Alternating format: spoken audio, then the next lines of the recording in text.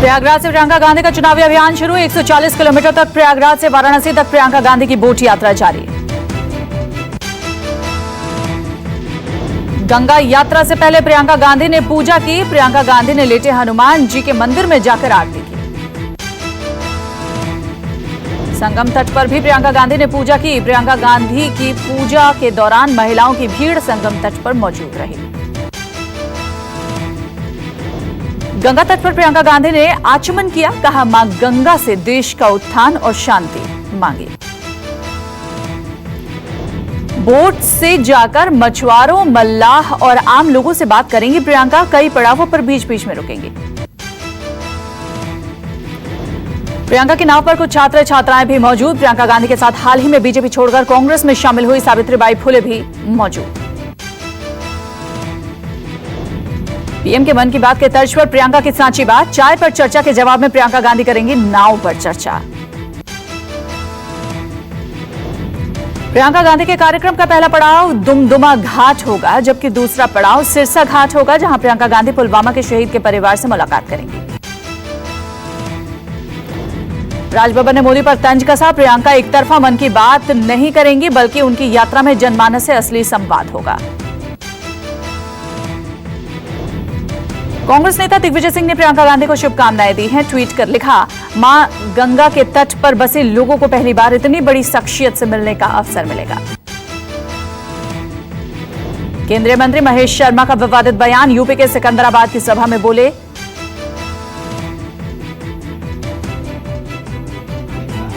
क्या कांग्रेस की बेटी नहीं अब इस सोनिया परिवार की बेटी नहीं थी क्या? अब नहीं है क्या? आगे न रहेगी क्या? क्या नया लेके आई है? तो भैया पहले नेहरू। प्रियंका ने स्वराज भवन का साझा किया अनुभव। ट्वीट में लिखा, आंगन में बैठे वो कमरा दिख रहा है जहां मेरी दादी का जन्म हुआ। रात को सुलाते हुए दादी मुझे जॉन ऑफ आर्क की कहानी सुनाया करती थी। प्रियंका ने लिखा, आज भी उनके शब्द दिल में गूंजते हैं। कहती थी, निडर बनो और सब अच्छा होगा। प्रियंका के प्रयागराज दौरे से पहले सोशल मीडिया पर पोस्टर वायरल। पोस्टर में लिखा, मां गंगा ने बुलाया, बेटी प्रियंका चली आई। प्रियंका गांधी के यूपी दौरे से कार्यकर्ताओं में जश्न का माहौल। लखनऊ में कार्यकर्ताओं ने खेली होली। कांग्रेस की 7 सीटों के ऑफर पर गुस्साई मायावती। कहा, जबरदस्ती गठबंधन का भ्रम न फैलाए कांग्रेस। मायावती ने ट्वीट कर कहा, बीजेपी को परास्त करने के लिए सपा बसपा का गठबंधन काफी है। ऐसे में कांग्रेस जबरदस्ती सीट छोड़ने का भ्रम ना फैलाए। रविवार को कांग्रेस ने ऐलान किया था कि पार्टी ने एसपी, बीएसपी, आरएलडी के लिए 7 सीटें छोड़ी हैं। राजभवन ने प्रेस कॉन्फ्रेंस कर कहा कि वो अखिलेश यादव, मुलायम सिंह यादव, डिंपल यादव, मायावती या अजीत सिंह और जयंत चौधरी की सीटों पर अपने उम्मीदवार नहीं खड़े कर रहे। यूपी लोकसभा चुनाव में सपा बसपा और आरएलडी मिलकर चुनाव लड़ रहे हैं। इस गठबंधन ने अमेठी और रायबरेली की सीटें कांग्रेस के लिए छोड़ी थी।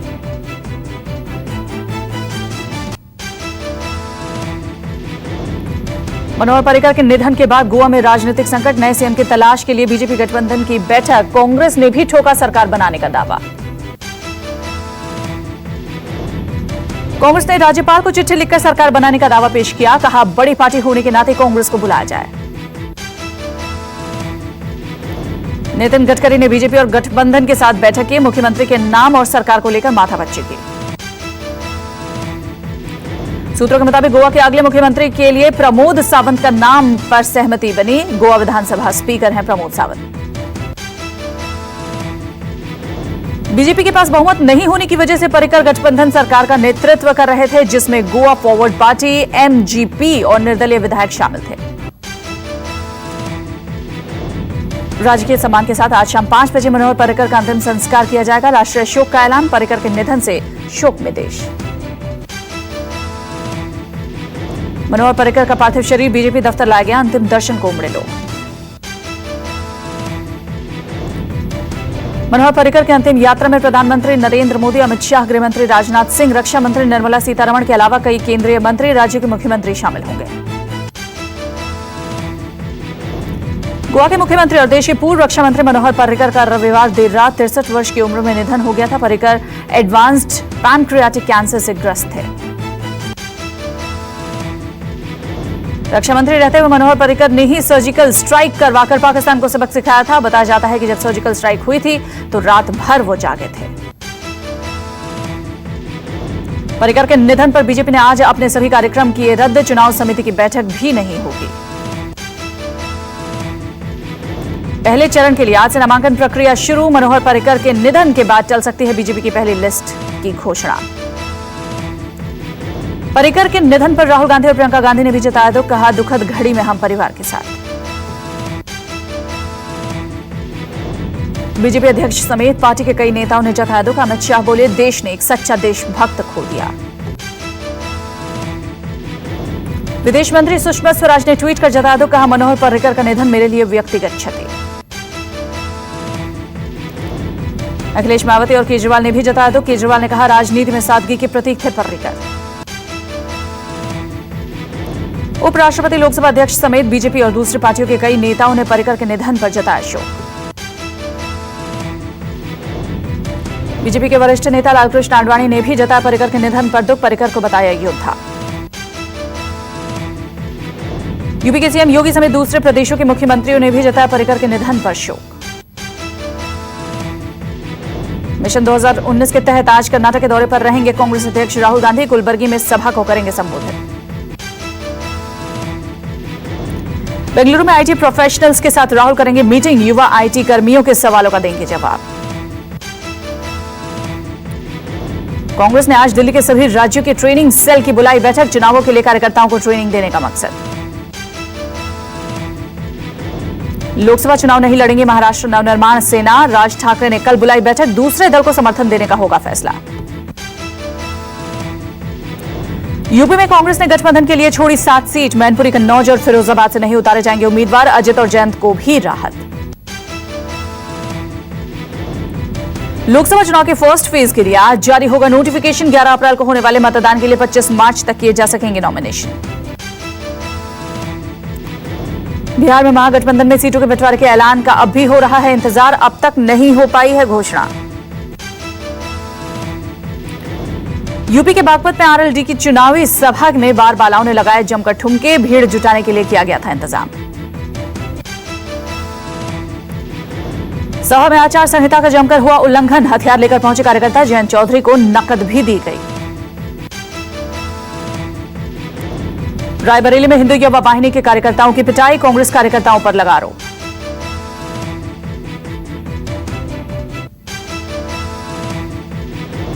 जम्मू कश्मीर में उमर अब्दुल्ला कांग्रेस से गठबंधन को तैयार, लेकिन कांग्रेस से की कश्मीर की सभी 3 सीटों की डिमांड। कांग्रेस के जवाब का इंतजार। उमर अब्दुल्ला ने कहा, नेशनल कॉन्फ्रेंस विधानसभा चुनाव के लिए भी तैयार, लेकिन कुछ अधिकारी और पार्टी स्थगित करना चाहते हैं चुनाव। फारूक अब्दुल्ला का पीएम मोदी से सवाल। पूछा, क्या आपने पाकिस्तान का पानी बंद कर दिया? कहा, कश्मीर के हालात पर केंद्र ने कुछ नहीं किया। राम को लेकर फारूक अब्दुल्ला का बयान। कहा, सबके हैं राम, लेकिन लोगों को बांटने के लिए किया जा रहा है नाम का इस्तेमाल। फारूक का सीएम बनने से इनकार। कहा, मेरा बेटा उमर अब्दुल्ला होगा अगला रियासत का मुख्यमंत्री। बीजेपी दिल्ली इकाई का मुख्य चुनाव अधिकारी से आगरा मस्जिदों में विशेष पर्यवेक्षक नियुक्त करने की मांग को लेकर लिखी चिट्ठी। बीजेपी का विपक्षी दलों पर आरोप। चुनाव के दौरान मतदाताओं को धार्मिक आधार पर प्रभावित किए जाने का आरोप। चुनाव के समय वोटरों को धार्मिक आधार पर प्रभावित किए जाने के प्रयास से बचाने के लिए बीजेपी ने मुख्य चुनाव अधिकारी को लिखी है चिट्ठी। प्रदेश बीजेपी के कानून विभाग के संयोजक नीरज ने लिखी है चिट्ठी। आम आदमी पार्टी के नेताओं पर धार्मिक आधार पर मतदाताओं के ध्रुवीकरण का आरोप। लोकसभा चुनाव पर लगा करोड़ों का सट्टा। सट्टा बाजार में बीजेपी अब तक की सबसे बड़ी पार्टी। सट्टा बाजार में अब तक लग चुके हैं 12,000 करोड़ रुपए। सट्टा बाजार के मुताबिक किसी भी दल को बहुमत नहीं मिलने के आसार। न्यूजीलैंड की मस्जिद में आतंकी हमले में वडोदरा के 2 लोगों की भी मौत। परिवार में पसरा मातम। सीमा पर पाकिस्तान की नापाक हरकत जारी। राजौरी में फिर तोड़ा सीजफायर। भारतीय सेना ने भी दिया मुंह तोड़ जवाब। महाराष्ट्र के सोलापुर में पुलिस स्टेशन के गोडाउन में लगी भीषण आग। पार्किंग में खड़ी कई बाइक जलकर खाक। यूपी के आजमगढ़ में बड़ा हादसा, पटाखा दुकान में आग लगने से 5 की मौत, 15 झुलसे। मुकेरीगंज मोहल्ले में वेल्डिंग के दौरान निकली चिंगारी से मची तबाही, कड़ी मशक्कत के बाद पाया गया आग पर काबू। देश पर चढ़ा होली का रंग, रंग भरी एकादशी पर बनारस में भक्तों ने भोले भंडारे और माता पार्वती के संग खेली होली। कान्हा की जन्मभूमि मथुरा में जमकर उड़े रंग गुलाल, नाच गानों के साथ हुरियारों ने खेली प्रेम भरी होली। टेरर फंडिंग केस में अलगाववादी नेता मीरवाइज उमर फारूक से दिल्ली में आज होनी है एनआईए की पूछताछ। 14 मार्च को जारी किया गया था फ्रेश समन। समझौता ब्लास्ट केस में पंचकुला के एनआईए कोर्ट में आज होगी सुनवाई। बार एसोसिएशन की हड़ताल के चलते पिछली सुनवाई टल गई थी। कोर्ट ने समझौता ब्लास्ट केस में फैसला रखा है सुरक्षित। पाकिस्तानी गवाह की अर्जी देने के चलते नहीं हो पाया था ऐलान। बिहार के मुजफ्फरपुर आश्रय गृह मामले में आरोप तय करने को लेकर दिल्ली की अदालत आज सुना सकती है फैसला। सुप्रीम कोर्ट के रिटायर्ड जज पीसी घोष हो सकते हैं देश के पहले लोकपाल, आज आधिकारिक ऐलान की उम्मीद।